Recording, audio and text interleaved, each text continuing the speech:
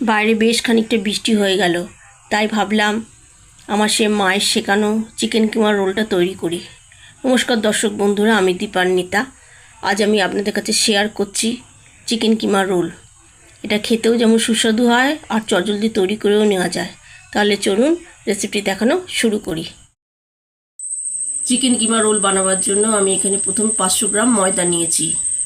তার মধ্যে ময়দার মধ্যে দিলাম 1 চা চামচ সাদা লবণ, আর দিলাম 3 টেবিল স্পুন সাদা তেল।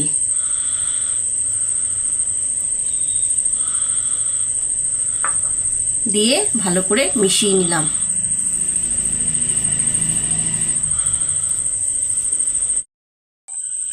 নুন আর তেলটাকে ময়দার সঙ্গে ভালো করে মিশিয়ে নেবার পর ময়দাটাকে এবার অল্প অল্প জল দিয়ে ভালো করে মেখে নিতে হবে।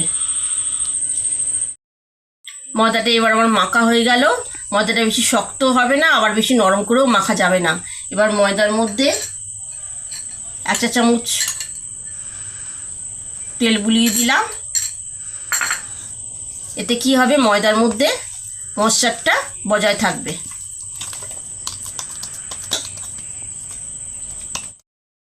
এবার ময়দাটাকে কাপড় চাপা দিয়ে ঢেকে রেখে দেবো। 1 ঘন্টা মতো রেস্টে রেখে দেবো।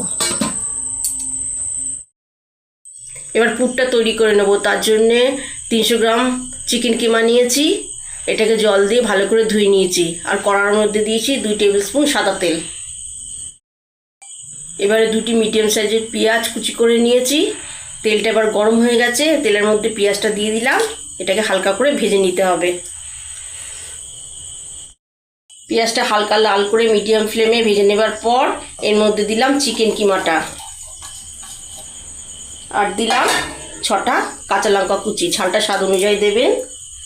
আর দিলাম 1 চা চামচ সাদা নুন, আর দিলাম 1/2 চা চামচ চিনি। এবার চিকেন কিমাটাকে একদম ধিমে আঁচে 6 মিনিট ধরে রান্না করতে হবে। পুরটা ততক্ষণে তৈরি হোক, ততক্ষণে একটা আমি স্যালাড তৈরি করে নেব। তার জন্য 2টো পেঁয়াজ স্লাইস করে কেটে নিয়েছি, আর অফ ক্যামেরায় 1 চা চামচ আগে থেকে নুন দিয়ে দিয়েছিলাম। আর এর মধ্যে দিলাম 1 চা চামচ গোলমরিচ গুঁড়ো, আর দেব 1 চা চামচ, আর দেব 1 চা চামচ লেবুর রস দিয়ে এটাকে মাখিয়ে নিতে হবে। আমার মা এরমভাবে তৈরি করতো।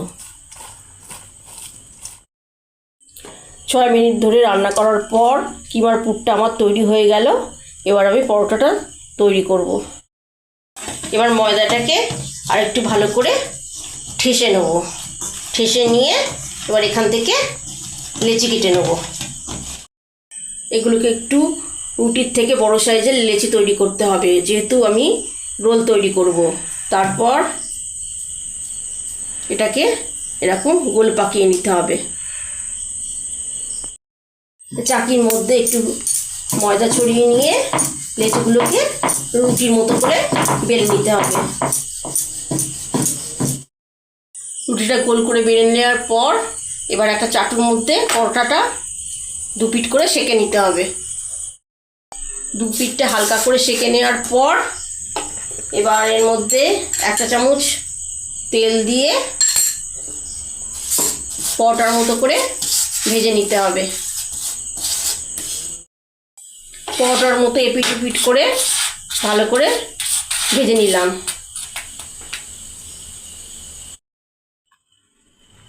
তারপর রেডি করা পুরটা এর মধ্যে দিয়ে দিলাম,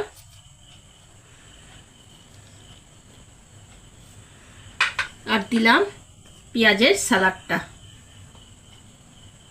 আমি এতে কোনো রকম সস দিলাম না, আমার মা সস দিত না, এমনিতেই এটা খেতে ভালো লাগে।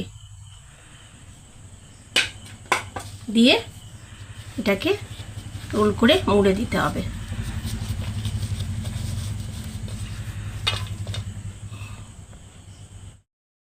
দোকানের মতো যদি লুক দিতে চান তাহলে এরকম কাগজ মুড়ে নিচটা মুড়ে দেবেন।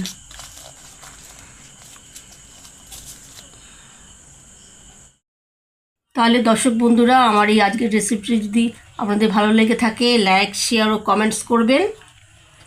আর আমার চ্যানেলটিকে অতি অবশ্যই করে সাবস্ক্রাইব করে দেবেন।